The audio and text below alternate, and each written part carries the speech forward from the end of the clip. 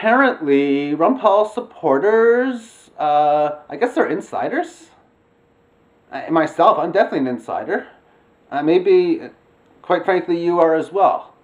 Because I just seen a recent video, I'll put a link down below, and it's a 2-minute video, and this is at the halfway point, the 55-second mark or so, where apparently Ron Paul supporters have an understanding of the financial regulatory systems and like the Federal Reserve, and well, this is the type of stuff that was not taught in school, as the journalist reported within the video.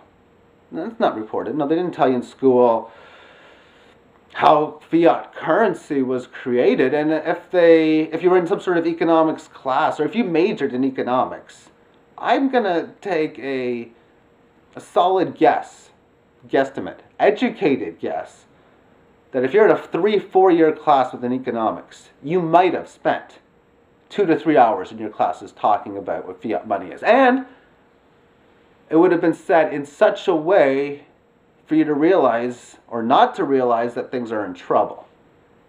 I look back at my old textbook that I had from economics, and I looked in it to see what they were talking about within fiat money. They explained it's all based on a faith-based system. And even I think I had a question, well, what would happen if people lost faith in the currency? Well, I guess we're kind of seeing it today. But nowhere in that section did that textbook state that interest is guaranteed to cause massive debt. And it's just simple math. And it's interesting, if I didn't take any mathematics classes, and if I wasn't into math, but I kind of did, like a lot of different math classes, including the advanced formulas for compound interest. But never did they explain that within the current banking system, that debt is 100% guaranteed. And I feel bad that I couldn't figure it out back then, because it's just so obvious. It's extremely obvious. So yesterday I was seeing on the CNBC, I think they were talking about different candidates, or like the primaries. Well, they mentioned Rick Santorum's name, and they mentioned Newt Gingrich's name, and they mentioned the other guy, Mitt Romney's name. But they did not even say the name Ron or Paul. Didn't say either or. So, if you're kind of wondering if the mainstream media is scared of Ron Paul, geez, I wonder. It was last year when Ron Paul asked Federal Reserve Chairman Ben Bernanke if he felt gold was money. Now, Ben Bernanke had a hard time answering. It took about 3-4 seconds. And he said no. Which, of course, if you look at the Constitution, you can see that that's a flat-out lie. But quite frankly, Mr. Ben Bernanke has not even had a difficult question to answer.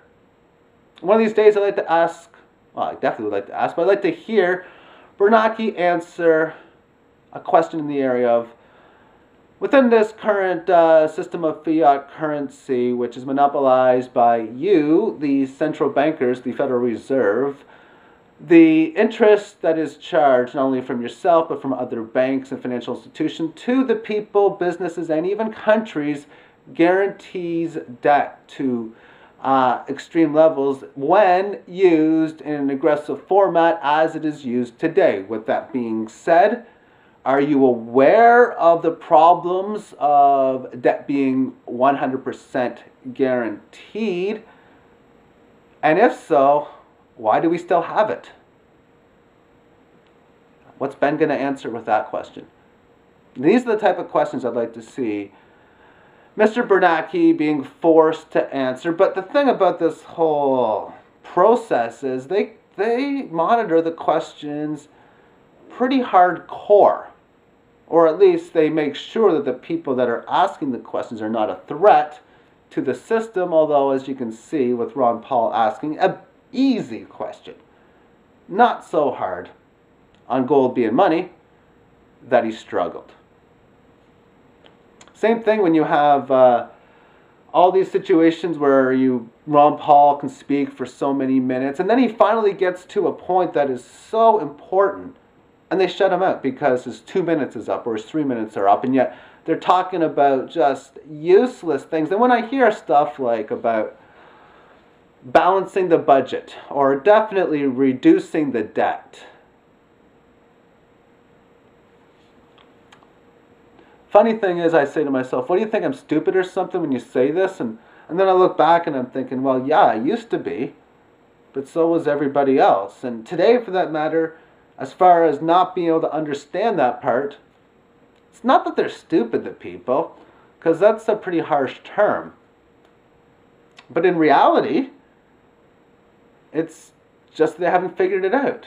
And you can't figure out everything or else you'd know everything. And that's impossible. But if people on a larger level were at least being able to figure this type of stuff out, I don't know what percentage is needed for, boom, the major change to appear. I don't think it's anywhere near 50%. Maybe 20, 30, I don't know.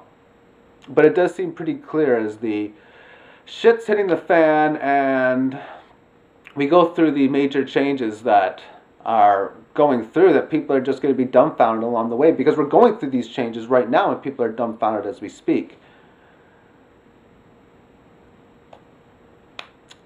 Now, final point I want to say is, let's just look back at 2009 when we had all these bailouts. If we were to do all of these stimulus packages, just keep on adding the liquidity into these financial markets, what's the short-term measures going to be? Yeah, it'll be pretty bad. Maybe not as bad as it could be, but it'll be pretty bad. And then you keep doing it, it's going to get a little worse every time. But if they did something instead, like say, yeah, we're going to end the Fed. Yeah, we're just going to end it. Bye-bye. Bye-bye. It's over. The short term's going to be pretty bad. Extremely bad, actually. But that'll be short. So when I say the short term will be bad from adding stimulus, no, the long term is bad. Because you have like a million short terms or numerous short terms always being so bad.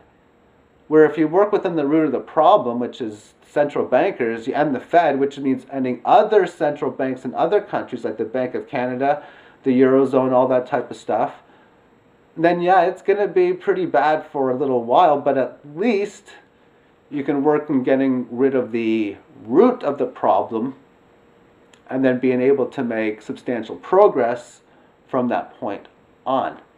Thank you for watching. Take care.